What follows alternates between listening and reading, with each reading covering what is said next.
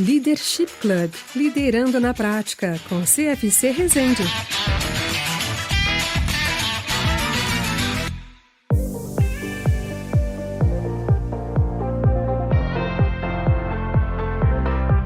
Fala galera, tudo bem? Estamos aqui para mais um episódio hoje. Hoje é um episódio com um tema que tá quente, certo? Porque tem hype até no nome do episódio. Que a gente tá aqui para gravar sobre IA além da hype, além do bafafá, além do burburinho que está sendo gerado hoje. E cara, eu trouxe um cara para o episódio hoje, que é uma liderança, já atuou liderança no Brasil, hoje está morando fora do Brasil, está nos Estados Unidos. Posso dizer que aprendi muito com ele, literalmente, porque a gente trabalhou junto quando eu ainda estava na faculdade, foi de alguma forma um mentor para mim, me ensinou um monte de coisa profissionalmente ali no início de carreira e, pô, um baita orgulho de, primeiro, ver a evolução profissional desse cara que está aqui com a gente hoje. Segundo, trazer ele como uma especialidade, uma autoridade no assunto, um especialista no assunto que a gente vai falar hoje. Que é um cara que fez doutorado no assunto, que, pô, tá aí estudando e tá no front da indústria, porque trabalha hoje numa startup como diretor e tá aplicando boa parte do que a gente vai falar aqui. Então, muito bem-vindo, Luiz. Vou chamar o Luiz aqui. Se sair em algum momento Mogli, é porque nos tempos de infância, lá no tempo de faculdade, era Mogli, mas aqui é Luiz, certo? Muito bem-vindo, Luiz. Obrigado por ter aceitado o convite, cara. Obrigado, Carlos. É um prazer estar aqui com vocês e é um prazer. Muito obrigado pelo convite. Cara, conta um pouquinho. Cara, você foi professor universitário, saiu da universidade, foi para a indústria, a universidade estava sempre chamando, você nunca largou muito, tá ali na fronteira. Uma vida que veio de engenharia de software, vamos chamar assim, porque, queira ou não, a gente trabalhou junto, trabalhou já como desenvolvedor junto, no passado remoto. Assim, só baixinho aqui já vão 20 anos, certo? Mas tudo bem, deixa pra lá. É isso, faz parte. E tá no front. Conta um pouquinho dessa tua transição profissional, mudança para os Estados Unidos. Queria ouvir um pouquinho de você. Como é que foi essa carreira aí? Se apresenta pra galera profissionalmente também aí nessa evolução. Claro, com certeza. Então, como você falou, a gente meio que estudou junto lá na FRJ, né? Eu fiz basicamente toda a minha formação acadêmica na FRJ, né? Eu fiz a graduação, foi onde a gente conheceu, a gente trabalhou junto lá no sistema acadêmico da UFRJ. Na época, quando a gente se conheceu, acho que eu já estava no mestrado, mas também trabalhando lá. E eu fiz um mestrado em sanduíche, fui para Portugal, voltei, fiquei 1 ano em Portugal, morando em Portugal fazendo pesquisa. Voltei, defendi meu mestrado, fiz doutorado na COP. Na época não existia uma linha específica de ciência de dados ou de machine learning. Existia de IA, mas IA naquela época era outra coisa.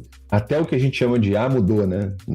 Até o que a gente chama de IA mudou. As disciplinas que a gente fazia, a gente chamava de inteligência computacional. Exatamente. Então, eu fui para a linha de banco de dados na época, né? E foi quando começou um pouco esse burburinho, começou a ficar quente a coisa, e a minha tese teve, sim, bastante a ver com machine learning. E depois, quando eu terminei o doutorado, eu já tinha passado no concurso, já estava trabalhando como professor lá na Universidade Rural do Rio de Janeiro. E eu ajudei a fundar o curso de bacharelado em ciência da computação lá. E foi bem legal porque foi uma experiência bacana, porque eu aprendi muito sobre o ambiente acadêmico, como funcionava. A gente trabalhando no CIG, a gente tinha uma ideia dos processos administrativos, como é que funcionava, não sei o quê, mas a gente não tinha muita ideia em relação à política de como é que a coisa funcionava, né?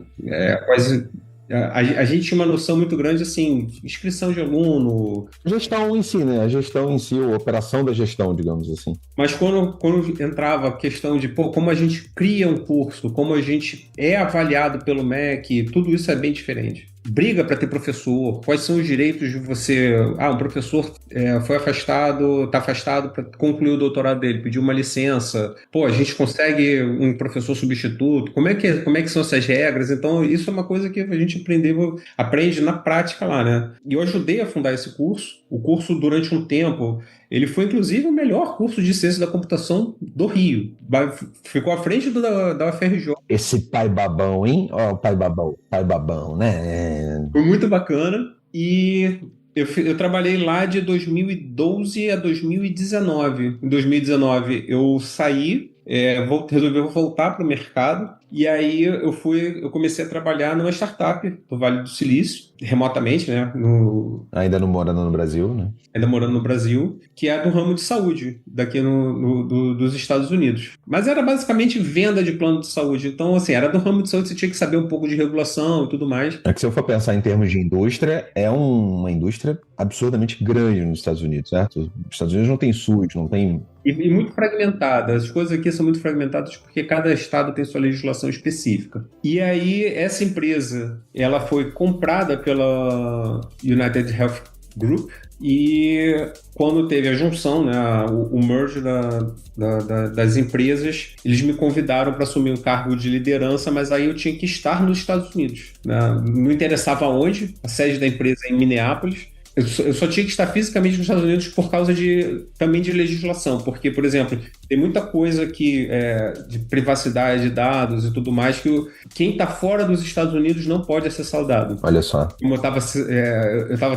transicionando de carreira de engenharia de software para IA basicamente, agora já falando, usando o termo IA como uma coisa que a gente tem hoje em dia, tem muito a ver com acesso a dados, né? É muito criar modelos em cima de dados, análise de dados, análise estatística e tudo mais. E especificamente numa área que é super privada, né? Porque estamos falando de saúde, dado de paciente. A privacidade é levada 1 ou 2 tons acima da média que a gente acho que tem no Brasil, digamos assim, né? Exatamente. E aqui tem atos específicos para isso. As punições às empresas que descumprem esses atos são bem pesadas. Então eles me convidaram para vir, eu aceitei, podia escolher aonde, nos Estados Unidos, e acabou que eu resolvi ir para Flórida. Como um bom carioca, foi morar na Flórida. Eu nunca vi isso acontecer. Vou morar na Flórida. Ah, cara, frio não é para mim. Desculpa, cara.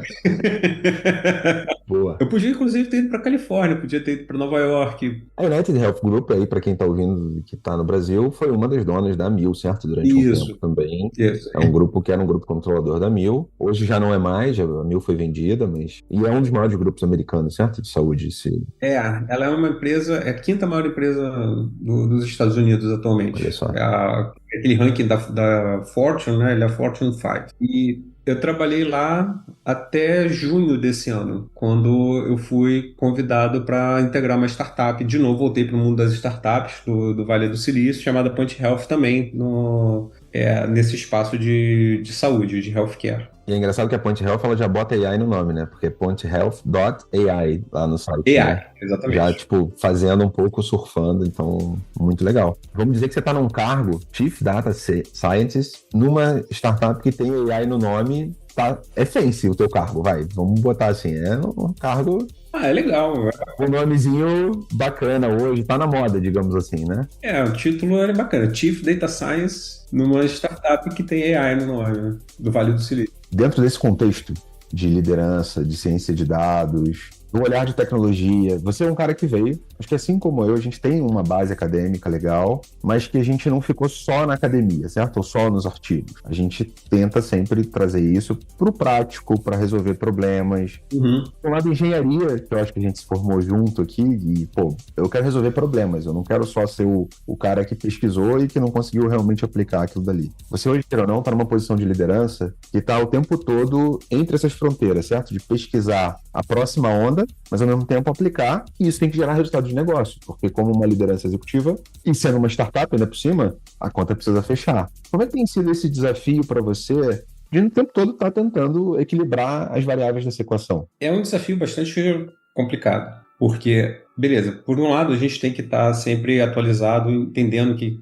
acompanhando os novos lançamentos, tudo. Por outro lado, a gente tem que apresentar resultado, como você falou. Então, a gente está sempre testando coisas novas e filtrando o que é hype e o que de fato é algo que a gente consegue aplicar e apresentar um resultado, né, integrar na nossa rotina no dia a dia. Para isso, eu posso dizer que essa formação também como engenheiro de software, né, ajuda muito, demais. A formação que a gente teve como cientista da computação nos dá toda a capacidade para que a gente consiga não só transitar pelo mundo de desenvolvimento, então a gente sabe de boas práticas de programação, a gente conhece práticas de automação, DevOps, a gente conhece também bastante de teoria, matemática, estatística.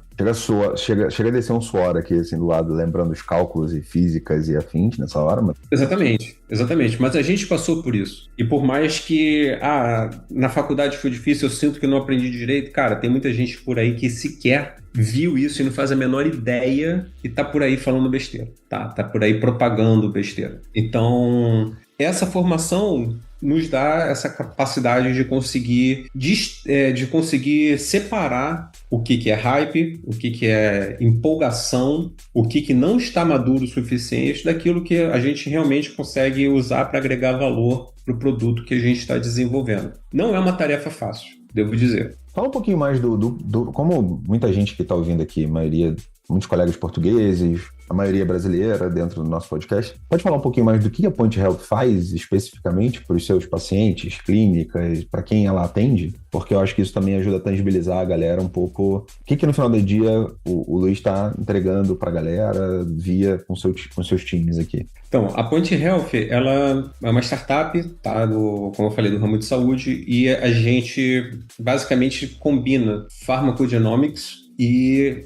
IA para usar, para sugerir como uma ferramenta de suporte, tá, para médicos na hora de eles tomarem uma decisão sobre o caminho, a gente chama de treatment path, né? Então o tratamento mais adequado para uma determinada condição.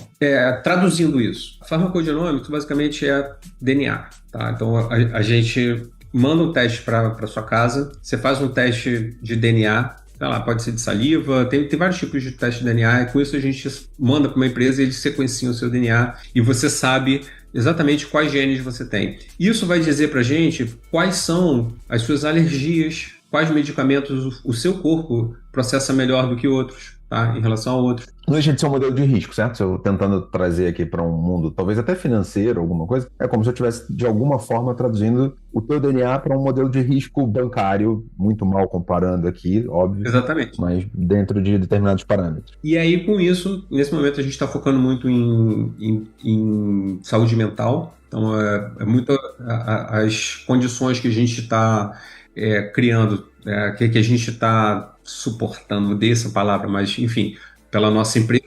Do inglês não tem jeito, supporting também, não tem jeito. Ansiedade, depressão, TDAH, inclusive casos específicos como depressão pós-parto, psicose, enfim. Então, com isso, a gente tem o seu DNA, a gente sabe quais são os medicamentos que normalmente as pessoas, os médicos prescrevem, e a gente faz um match disso daí, muitas vezes utilizando inteligência artificial, só que esse cruzamento, ele basicamente não precisa muito ser usando inteligência artificial. A inteligência artificial a gente usa mais, a gente usa reinforcement learning, tá? Que reinforcement learning, a gente fala de sugerir a próxima ação a ser tomada. Então, baseado no seu histórico médico, baseado todo o seu histórico, tá?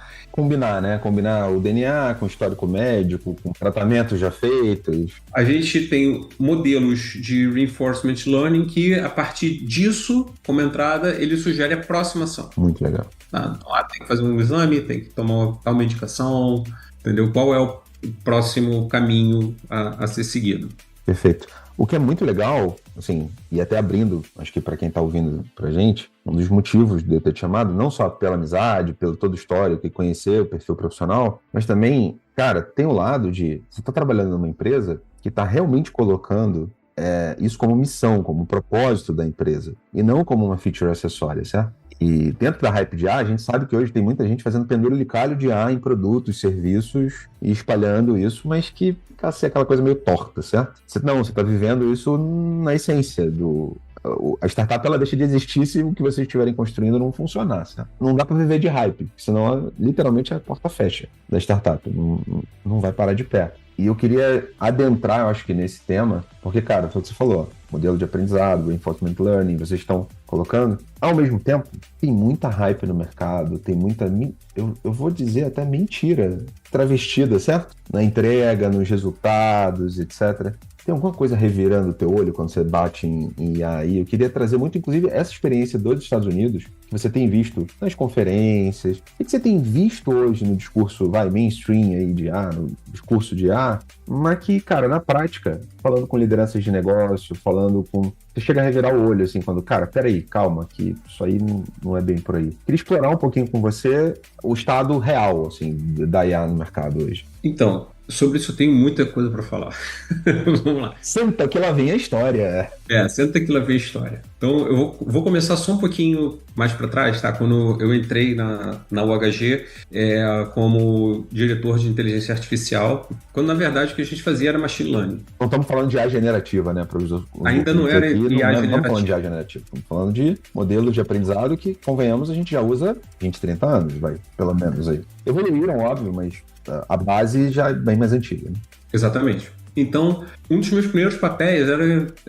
o grupo era muito pequeno, né, lá, então, basicamente o que a gente fazia a gente não tinha braço para desenvolver nada, né, era basicamente eu e a minha chefe, e o nosso primeiro papel era encontrar grupos dentro da UHG, porque a UHG é enorme, tá, tem tipo 300 mil funcionários, encontrar grupos que tivessem projetos que envolvessem machine learning, tá? Mapear esses caras para tentar fazer uma colaboração entre eles. Por quê? Porque a quantidade... A gente acha que é só no Brasil que tem overlap, que tem retrabalho e tudo mais. Não. Cara, isso acontece em todo quanto é lugar. Coisa de empresa grande. Coisa de empresa grande. Então, a gente começou com isso e a gente conseguiu, até com determinado sucesso, colocar alguns grupos para trabalharem juntos. Você sabia que tal outro grupo está fazendo isso? Tipo, tinha um grupo lá que estava específico em fazer OCR. Uhum. Tá? Então, eles desenvolveram uma ferramentazinha lá que fazia OCR e tal, e tinha uma outra que estava precisando fazer pegar um documento, só que o documento ele era em PDF, só que ele era a imagem. Né? Então, eles estavam penando para como é que ia fazer isso, estavam meio que exigindo que fosse feito, ao invés de ser imagem, fosse texto. Não. Usa os caras lá, tenta e tal, beleza. A gente conseguiu isso com certo sucesso, promover essa colaboração. Só que, e nisso, a gente foi acompanhando a IA, né, esse hype começando, né, antes da IA generativa. Então, estava todo mundo muito interessado em modelos de machine learning. Como é que a gente pode fazer os modelos de machine learning? O nosso grupo cresceu em cima um pouco desse hype. Só o custo operacional, certo? Quando você pegar essas imagens, sei lá, de pedido de exame, de pedido de qualquer coisa, imagino que seja um volume absurdo. Absurdo. Uma proporção da OHG. Absurdo. Tem muito custo operacional, de fato, talvez para ser atacado, ser automatizado de alguma forma nisso. Aonde a gente estava especificamente falando era mais a parte plano de saúde. Então a gente trabalhava muito com marketing, venda do plano de saúde, processamento de claims, tá? Pedido de reembolso, essas coisas. Tanto dos médicos, como pelo lado dos hospitais, como pelo lado dos pacientes, pedido de reembolso tudo quanto é lado, e aí tem fraude, então a gente podia pensar numa estratégia para fazer detecção de fraude e tudo mais. Então, assim, as possibilidades eram infinitas, né? E aí o pessoal começou, tá legal, vocês não querem começar a desenvolver alguns projetos? Tá, mas a gente não tem gente suficiente. E aí a nossa equipe cresceu. Uhum. Beleza.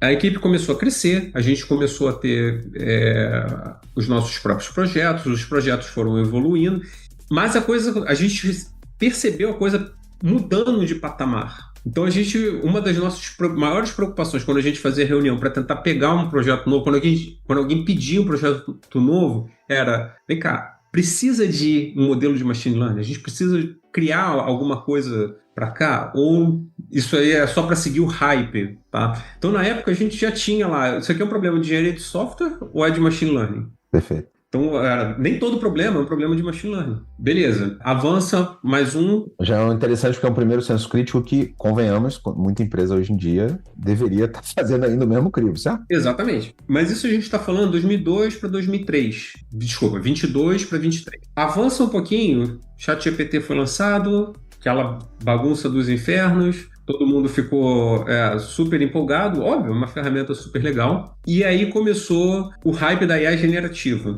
aonde agora a gente tem que falar, calma, isso aí pode ser um problema de engenharia de software. O hype do machine learning foi substituído pelo hype da IA generativa. Só que muitas vezes os problemas que o pessoal está tentando resolver, eles não são problemas sequer de IA, são problemas ainda de engenharia de software. Eu posso dar um exemplo em relação a isso? Por favor. Teve um projeto lá que a gente estava trabalhando, que era numa hackathon, dentro da UHG. Era uma hackathon e a gente tinha que fazer um projeto que, enfim, tinham vários líderes de várias partes da empresa que submetiam problemas para serem resolvidos na hackathon. Um desses problemas era que a gente tinha dois documentos que eles deveriam mostrar a mesma informação, mas tinha descasamento às vezes entre eles. Por quê? Dependendo do contexto, dependendo do caso específico, tinha uma intervenção humana, e essa intervenção humana às vezes tinha a cópia de uma parte de um sistema para outro, e essa cópia às vezes estava errada. Alguma informação que não era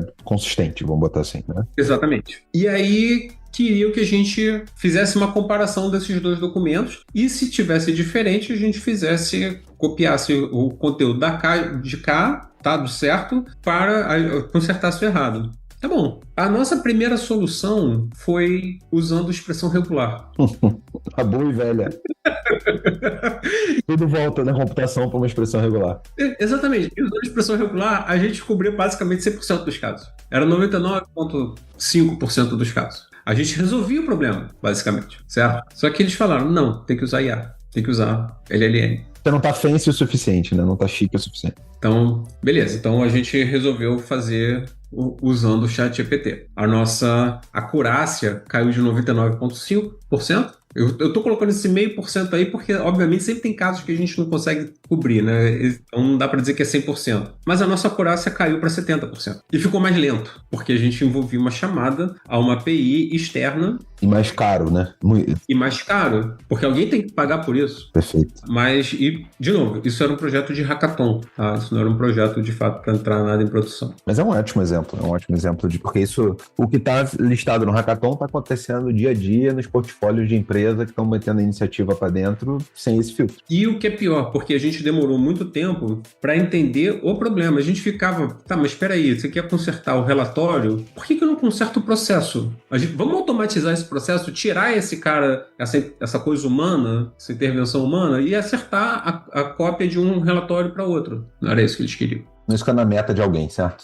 De colocar uma IA, provavelmente. Exatamente. Perfeito. Então, esse é um exemplo bem claro, assim, também de coisas que usam, né? Esse hype da IA generativa está passando por cima, inclusive, de problemas que são resolvíveis por engenharia de software, expressões regulares, né? Alguma coisa que seja um pouquinho mais bem pensado. Eu tenho outros exemplos também. Por favor. Que eu posso citar ainda da empresa. Teve um projeto que a gente estava trabalhando, mas esse já não era mais com IA generativa, era com IA, com machine learning, em que estavam querendo fazer recomendação de planos. Então, aqui nos Estados Unidos, todo ano você tem que renovar o seu plano, tá? E com isso o plano pode ficar mais caro, mais barato. Bota alguma funcionalidade nova no plano, tira, imagino. Exatamente. Pode ter uma rede de hospital melhor, uma rede pior, sei lá, alguma coisa assim. Né? E você tem uma janela muito específica de tempo para você fazer isso, que eles chamam de Open Enrollment. Se você não fizer essa mudança no Open Enrollment, eles simplesmente te cadastram de novo no mesmo plano e, às vezes, dependendo do caso, você perde o plano. Você fica 1 ano sem plano de saúde. Beleza. E o que acontece? Para fazer essa renovação do plano, tem um agente que ele pegava o teu histórico médico, ele olhava o teu histórico médico, olhava os planos de saúde, fazia um match manual para dizer quais são os planos. Tipo, selecionar os 10 melhores planos mais recomendados para você. Algo lá a Amazon quando você está comprando TV, sei lá. Vou dar um exemplo bem tosco aqui. Só que assim, dado o volume da UHG, né, a quantidade de planos, isso aqui é a maior seguradora de saúde dos Estados Unidos, do mundo, né? Isso significava que o agente tinha começado o trabalho 6 meses antes. Então, basicamente, é uma coisa absurda. E aí, tá, então vamos substituir isso por um sistema, modelo. E esse modelo estava com outro grupo. Outro grupo estava lá, penando para conseguir resolver esse negócio por causa de acesso a dados, enfim, um monte de coisa, problemas de empresa grande também. Não é fácil atualizar o dado, quando acha o dado, é difícil você entender o porquê que o dado está daquela forma, o dado não está com boa qualidade, cara, é horrível, você não tem um dicionário de dados, enfim, foi uma dor de cabeça tremenda. Acho que já mostra uma outra coisa muito legal, né? Você não vai construir modelo nenhum de qualidade se você não tiver esse trabalho desafiador, para não dizer outra coisa, que é um trabalho de cor, né? Que sendo feito antes, né? Tem jeito. E essa é uma das razões pelas quais esses projetos eles fracassam, porque muita gente não leva em consideração esse tempo, qualidade de dados e tudo mais. Só que o que acontece? Mesmo depois de ter o acesso aos dados e tudo mais, eles não estavam conseguindo criar um modelo para fazer isso. E aí, mas esse projeto não estava comigo, esse projeto estava era uma equipe irmã da minha. Uhum. E o rapaz, o líder saiu da empresa. Aceitou proposta em outro lugar, saiu e esse projeto caiu no meu colo. Eu demorei, acho que umas 2, 3 semanas ficando a par do problema para entender o que estava sendo feito, até que eu olhei e falei, mas peraí, então só para ver se eu entendi direito, a gente quer minimizar o custo do paciente, óbvio, é oferecer o menor valor possível, maximizando utilização de determinados medicamentos, de determinados tipos de exame. Isso te lembra alguma coisa? Minimizar alguma coisa, respeitando algumas restrições, são problemas de programação linear. Exato. A gente aprendeu isso. Já tem algoritmo disso, né? Já está pronto os algoritmos e as técnicas. Eu passei mais ou menos um mês relembrando como é que é. Lógico. Porque, porra, cara, isso faz séculos. Mas eu consegui identificar que isso era um problema de programação linear. No fundo da minha mente tem um min-max de algum tipo de trabalho de faculdade que a gente já fez lá da vida, lembra? De coisas assim. Exato. Lembra aquele Tableau, Simplex e tudo mais? Então,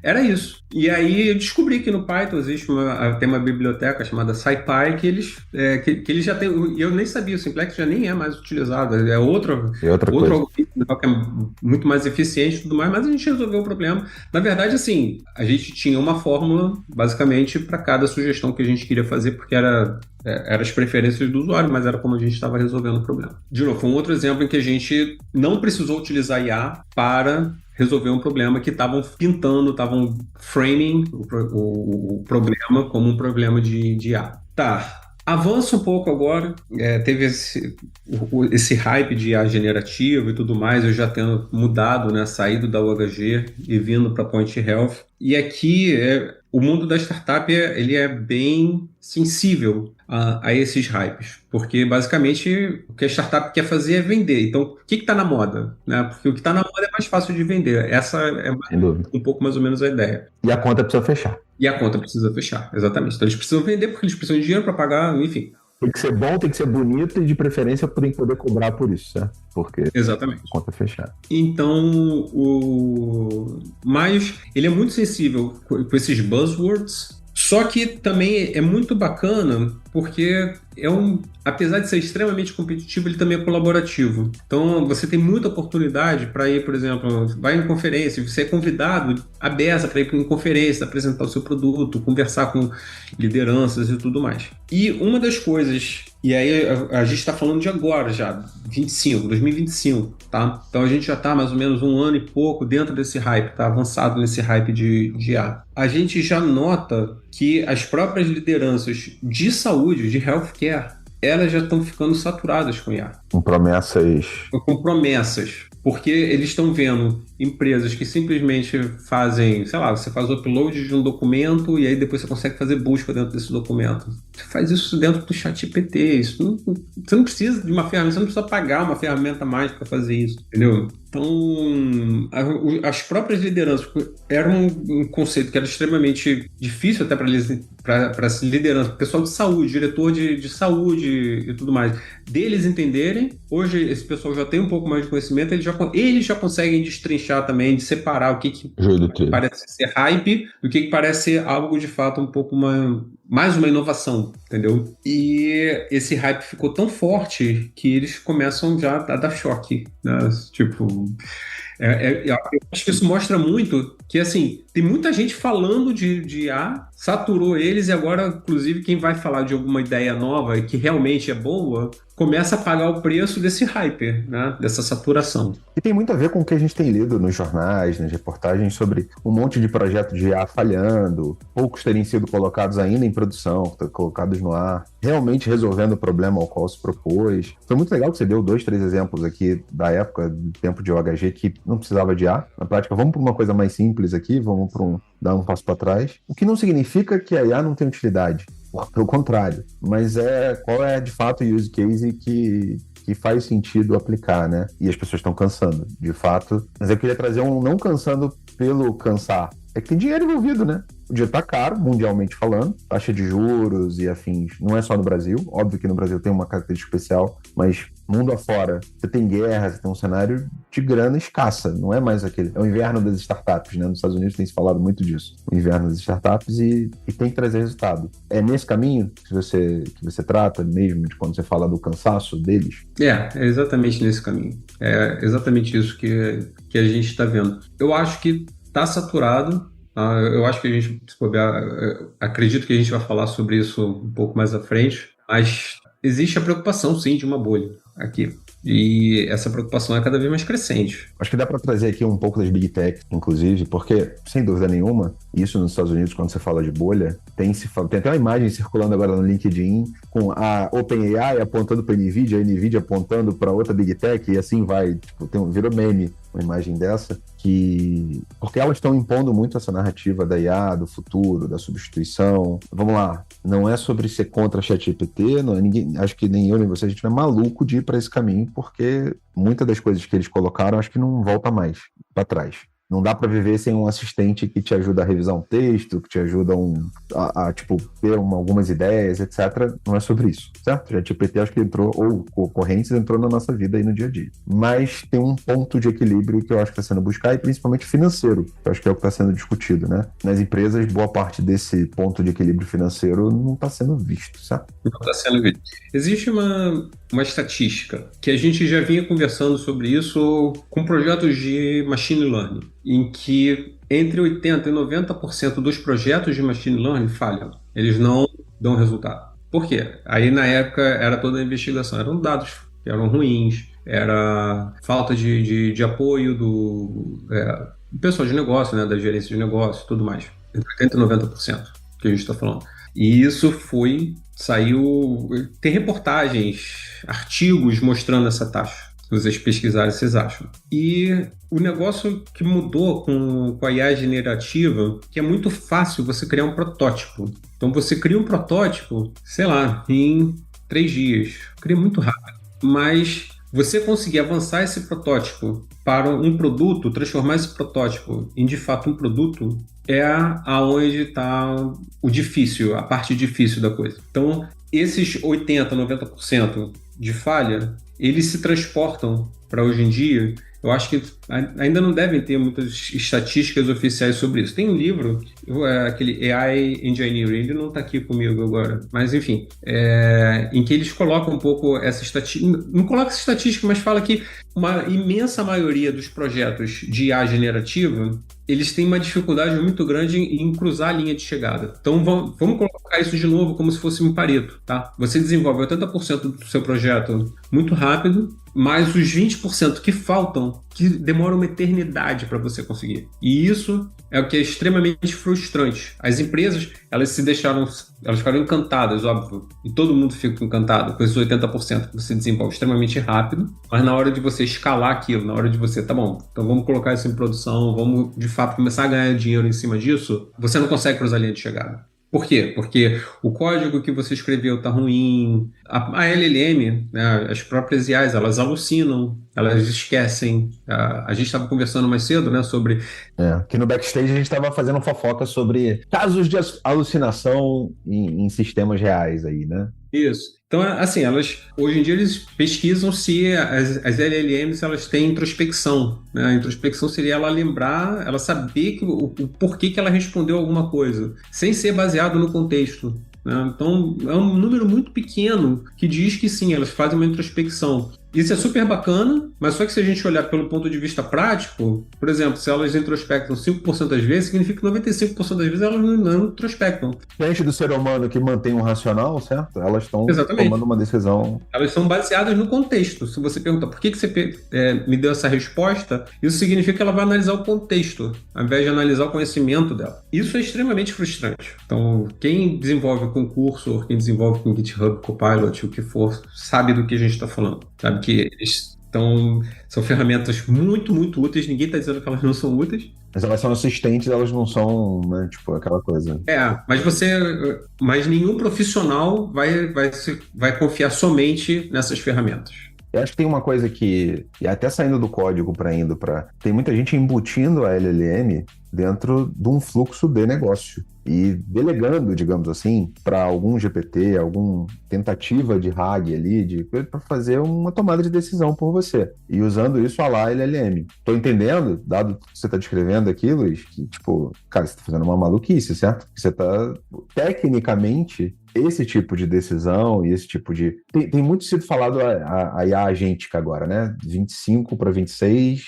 agente autônomo e etc. Não, ele vai tomar a decisão por você, ele vai fechar o ticket no seu atendimento por você e afins. Estou entendendo que isso é uma maluquice, certo? Usando LLM. Não estamos falando de árvore de decisão aqui, não estamos falando de machine learning, estamos falando de LLM especificamente aqui, né? Quando a gente fala de workflows específicos e a gente fala de, como você falou, fechar um ticket, alguma coisa assim, algo que gera uma ação dentro de um workflow e tudo mais, eu não diria que isso é maluquice, mas eu diria que isso é, sei lá, imprudente. Por quê? Porque LLM, IA, de um modo geral, você tem que levar em consideração que a IA vai tomar uma decisão errada, vai ter uma previsão errada. Uhum. Tanto que Machine Learning, uma das análises clássicas que a gente faz ao final, antes de mostrar, de apresentar os resultados para o pessoal de negócio, tá bom, quais são a matriz de confusão, os true positives, true negatives, tá? Então, tipo, a gente não tem uma precisão de 100%. Uma confiabilidade ali, né? Na verdade, existe até uma brincadeira dizendo que se a precisão do modelo é 100%, o seu modelo tá errado. Porque ele tem que ter algumas decisões erradas. Senão significa que ele está ou decorando, né, tá tendo overfitting, tendo vazamento de dados, tem alguma coisa, tem alguma falha no processo aí. Então eu acho que assim, essas tomadas de decisão dentro de um workflow específico, você delegar para uma LLM, unicamente para uma LLM, eu acho imprudente. Se você fizer também a moda Bangu, né? Você simplesmente sai fazendo... Dois cariocas agora. Você que é de São Paulo e acabou de ouvir falar de a moda Bangu, significa fazer de qualquer jeito. Isso. Procure no dicionário de expressões cariocas, exato. Deixa eu reformular aqui. Se você for fazer de qualquer jeito. É isso aí. Tá? Se você não tomar os devidos cuidados. Porque a verdade é que se você for utilizar a LLM, a quantidade de cuidados que você tem que cercar para integrar uma LLM, colocar um juiz, ter um dataset de verdade absoluta e tudo mais, para você conseguir medir a acurácia, até para você escolher o modelo. Como é que você escolheu o modelo? Você escolheu... Por quê? Porque você rodou um prompt e gostou da saída? Pô, não pode ser assim. Você tem que ter uma coisa estruturada, mensurável e tudo mais. Beleza. Agora, você tomar decisões de negócio dentro do seu... E quando eu falo de negócios, decisões estratégicas, aí me desculpa, mas eu acho maluquice. A LLM pode te ajudar a fazer um brainstorm. Gerar código, inclusive, ela está te ajudando ali. Por Gerando código, até tipo decisões de negócio, ela pode apoiar com ideia. Sim, mas falar, você cai sempre no risco, tá? Se você não tomar os devidos cuidados de, por exemplo, devo abrir uma filial em tal lugar, e a LLM vai te dizer que sim ou que não, baseado em quê? Acho que no micromundo da gente de usuário de ChatGPT, Gemini da vida, acho que todo mundo já experimentou isso, certo? Ela mentiu com elegância. De vez em quando ela mente com elegância, certo? Ela vai alucinar e você vai colocar um caminhão de dinheiro para abrir uma filial achando que está fazendo uma boa decisão estratégica para o seu negócio, quando na verdade aquilo ali, sei lá, está baseado em nada, né? Você não pode confiar naquilo dali. Você tem que ter o seu próprio senso crítico, aquilo ali. A LLM ajuda, não substitui. Eu acho que isso tangibiliza, cara, um dos últimos grandes assuntos que eu queria trazer aqui, que é tipo, o que os líderes precisam saber agora. A gente tem esbarrado, e sendo consultor, a gente trabalha muito com empresas que estão num cenário de aperto econômico. contexto, de novo, não é só no contexto do Brasil, estamos falando também no contexto da América do Norte. Taxa de juros, guerra, dinheiro está escasso, e estão vendo a venda de IA e de soluções LLM, etc., e muito por um caminho de você vai conseguir eliminar todo o seu operacional colocando agentes autônomos nesse meio aqui. E aí nem 8 nem 80, certo? Porque, sim, eu acho que tem uma evolução. Se é uma coisa que a gente em computação fez até hoje, a gente foi eliminando o trabalho burro, que o computador faz muito bem, repetitivo, by the way, e melhorando a vida das pessoas, certo? Que bom que a gente não precisa mais ficar preenchendo aquele bando de formulário e você hoje consegue integrar coisas e fazer muito mais rápido. Mas não é uma... Vou dar um exemplo real aqui. Esses dias eu estava conversando com o setor financeiro, que eles tentaram usar uma lógica para... Sabe aquela classificação de gastos, despesas de uma empresa? Que você tem que ficar financeiramente encaixando tudo numa caixinha? Eles criaram um agente que está categorizando isso totalmente automático e já enfiou dentro do SAP. Adivinha? Deu merda. Deu problema. Porque tem um monte de classificação errada. Gasto de restaurante que foi parar no centro de custo errado, aquelas coisas todas, com a promessa de que eu tiro 3 pessoas ao fazer isso, certo? Porque eram as pessoas que, queira ou não, no final da linha ali, estavam operando esse gasto. Não é ser contra a automação, ser contra a rotulagem de determinados gastos desses, mas não dá para eliminar completamente o ser humano com a solução que se tem ali, coisa que eles fizeram e que deu um monte de problema, e enfim, né? Acho que tem um pouco isso, assim, por mais que a pressão esteja grande de resultado, de redução de custo, principalmente, é a tentação barata, né? De ir para uma solução de automação pura e simples, o que não significa que a gente não tem que estar estudando sobre essas coisas, né? Exatamente. A gente tem que saber o que está acontecendo, né? A gente tem que continuar se inteirando e se atualizando sobre as novidades.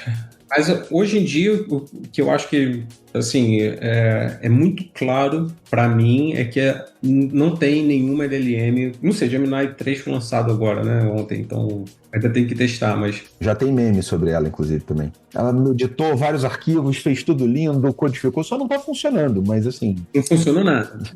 Para mim, assim, é muito claro que elas não estão prontas. Tá?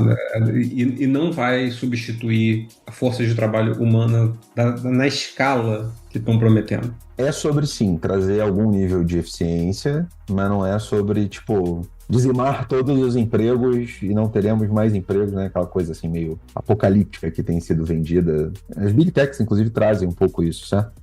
Com certeza. Você vê o presidente de quase todas as empresas falou... É o produto delas, né? Exato, esse é o ponto. Tem que mostrar que elas acreditam no que elas estão vendendo. Exato. A gente tem que tomar cuidado com o viés, né? Porque, obviamente, o viés ali é de vender... Quem, na corrida do ouro, ganha mais quem vende pá, certo? Então, eles estão vendendo pá pra caramba. Estão vendendo muito, diga-se de passagem. Exatamente. Porém, a gente ainda tem acho que um desafio, né? Tipo, e eu queria pedir um pouco da tua dica, assim, da tua recomendação. A gente tem muita gente, e isso, o teu cargo hoje é um cargo no Brasil, inclusive, que está bem no radar em grandes empresas e com dificuldade de fazer básico bem feito, cara. Obrigado, inclusive, aqui já começar agradecendo por ter trazido uma série de exemplos de básico bem feito no senso crítico, por exemplo, de, cara, vai botar essa iniciativa no teu portfólio, nem precisa de IA. Então queira ou não, é uma responsabilidade do teu cargo, da tua área, da tua expertise, trazer para dentro das empresas. Mas eu acho que dicas para quem está sofrendo, tem até um meme também ali, mais uma reunião de board executivo, e você tem lá um CEO, um C-level gritando, eu quero IA para fazer o quê? Não sei, mas eu quero para ontem. Que dicas acho que você dá para CTOs, para diretores de áreas de dados e de cientistas de dados como você, que estão vivendo essas pressões hoje para, tipo, cara, manter o básico bem feito, manter a serenidade, a tua própria voz, ela traz um pouco de serenidade sobre o tema e, de novo, não é fugir completamente da hype e não estudar. Você é um estudioso, um pesquisador per se, pela sua origem. Equilibrar, certo? Um pouco desses pratinhos. Que dicas você dá para quem está liderando nesse front e sofrendo as pressões? Por acaso, a gente estava falando de burnout um pouquinho mais cedo, eu conheço 2 que estão, lideranças que estão à beira do burnout, porque, cara, cada semana é uma revolução nova que cai no colo deles e que, cara, eles estão torcendo o nariz porque nem precisava, talvez, resolver por esse caminho. A pressão sobre o para ontem está muito grande, né? São vários tópicos aí, né, que a gente pode conversar.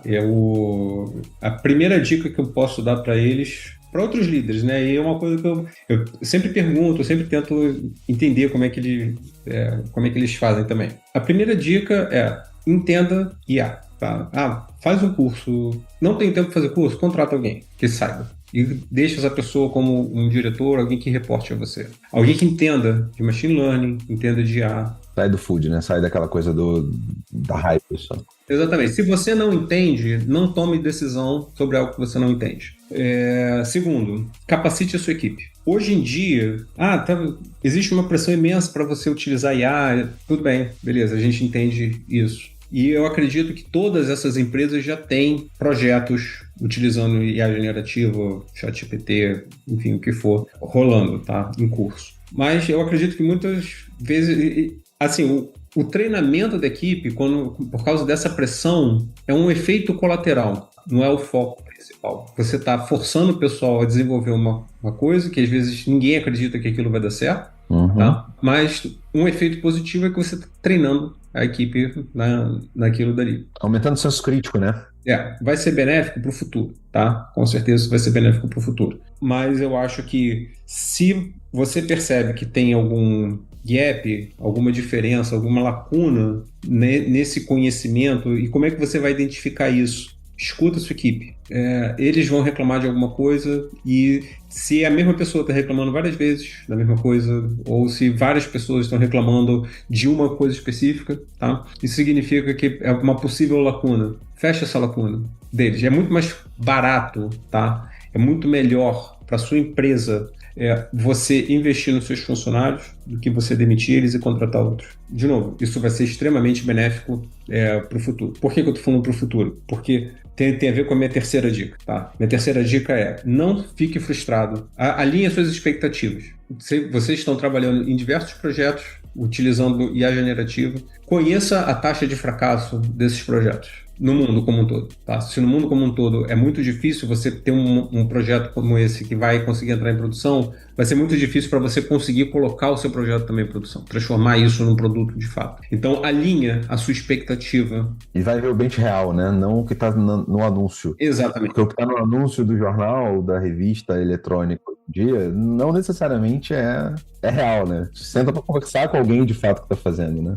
Exatamente. E aí eu uso isso também sempre como um pouco de dica, mas eu sei que é um pouco difícil. Isso é muito meu estilo de liderança. Proteja a sua equipe dessa pressão. Eles vão sentir a pressão de qualquer forma, mesmo você protegendo ou não. Mas se você não proteger, você vai perder boa parte da sua equipe por burnout, como você estava falando. O seu papel como líder não é passar pressão. Seu papel como líder é você blindar a sua equipe de pressão desnecessária. Botar foco, né? Dá foco naquilo que precisa foco. Exatamente, é aquela coisa. Ninguém vai brigar com a minha equipe. Quem briga com a minha equipe sou eu. E eu sei como falar com a minha equipe, tá? Eu sei me comunicar com a minha equipe. Eu acho que esses seriam os principais. Outra coisa que muita gente não presta atenção, custo, tá? Esses projetos, eles são baratos para você desenvolver um protótipo. Mas quando você pensa na hora de você colocar aquilo em produção, escalar, agora eu tenho que lidar com o público acessando o meu sistema que vai fazer chamadas a uma LLM, a quantidade de tokens explode. Faz essa conta toda certa. O custo econômico da escala precisa estar embutido no business plan, né? Porque senão depois fica... Exatamente. Não dá para seguir o business plan só com uma POC. O custo da POC não é o custo do business plan real, né? Exatamente. Então, eu desenvolvi um produto maravilhoso, mas o meu modelo de negócio não funciona. Ele faz chamadas, sei lá, ao Gemini, e o custo é muito caro. Então, beleza, então eu vou colocar o sistema, eu vou baixar o modelo e vou colocar em house. Cara, você não vai conseguir fazer isso rápido. Não, mas eu consegui fazer com Llama, beleza, mas aí não funciona mais, porque não é o modelo que eu fiz a POC. Exatamente. Tem várias coisas aqui que podem dar errado, né? Eu fazia com Llama, agora fazendo chamadas ao Llama hospedado na Meta, agora eu vou fazer num Llama local, tá? Mas só que e o hardware? E a chamada? É que toda questão de segurança. Existem mudanças aí que não são nada triviais e que são, assim... possíveis causas de fracasso, não só pontos de falha, como possíveis pontos de fracasso de um produto, né? Quando a gente fala de uma startup ou de algo que está começando, momentum é uma coisa muito importante, né? Exato. Manter a coisa andando. Você tem que parar. Você oferece por 2 semanas e para, porque começa a ter problema de desempenho e tudo mais. É quase um atestado de óbito do seu produto.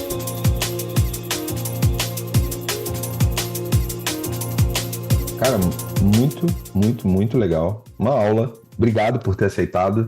Acho que a gente faria outro episódio só seguindo com o que ainda tem aqui, mas respeitando o tempo, respeitando os ouvintes aqui, respeitando o tempo do nosso convidado, que eu já estourei aqui, gente, abrindo aqui para vocês. Queria agradecer, queria parabenizar, cara, pela essa trajetória, pela carreira. Pô, por favor, sua mensagem final para os nossos ouvintes. E, de novo, aqui, agradecer e muito orgulhoso da liderança que você se tornou. Já era lá no passado, quando a gente trabalhou junto, mas toda essa trajetória de carreira. Muito orgulhoso por você, cara. Luiz, por favor, despede da galera aí e valeu. Obrigado mesmo, Carlos. Foi um prazer participar do podcast. Como a gente estava conversando antes, parece mais um bate-papo, né?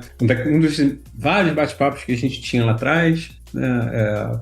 Quando a gente trabalhava junto. E muito obrigado. Foi um prazer. Também tenho muito orgulho da trajetória de vocês. Eu continuo sempre acompanhando. E se alguém tiver qualquer questão, quiser entrar em contato, fica à vontade, tá? Pode entrar em contato. Vou deixar o LinkedIn do Luiz Fernando, galera, junto aqui. O Luiz vai estar com o LinkedIn na descrição do nosso episódio. Então, se vocês quiserem entrar em contato, já fica ali no mínimo uma ponte, né? Para vocês trocarem ideia, para vocês poderem aprofundar mais. E vocês viram, né? Esse cara é gente boa, carioca, tem o sotaque correto, também falo com o sotaque correto, que nem eu, então tá tudo certo. Obrigado, meu irmão. Obrigado mesmo. Valeu. A última coisa, última mensagem mesmo calma, tá? Se tem uma bolha, e provavelmente vai estourar, vai ser ruim, vai ser feio, mas depois as coisas voltam ao normal. Tá? Então, é por isso que eu bato muito nessa tecla de estudar, se preparar, para quando a coisa entrar em níveis normais e saudáveis. Perfeito. Boa. Obrigado. Valeu, gente.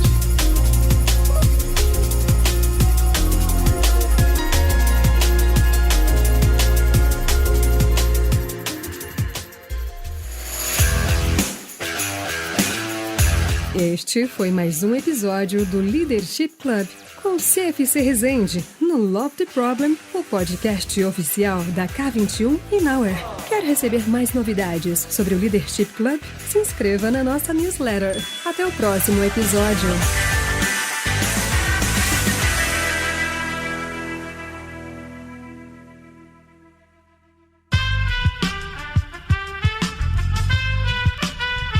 Esse podcast foi editado por Aerolitos Edição Inteligente.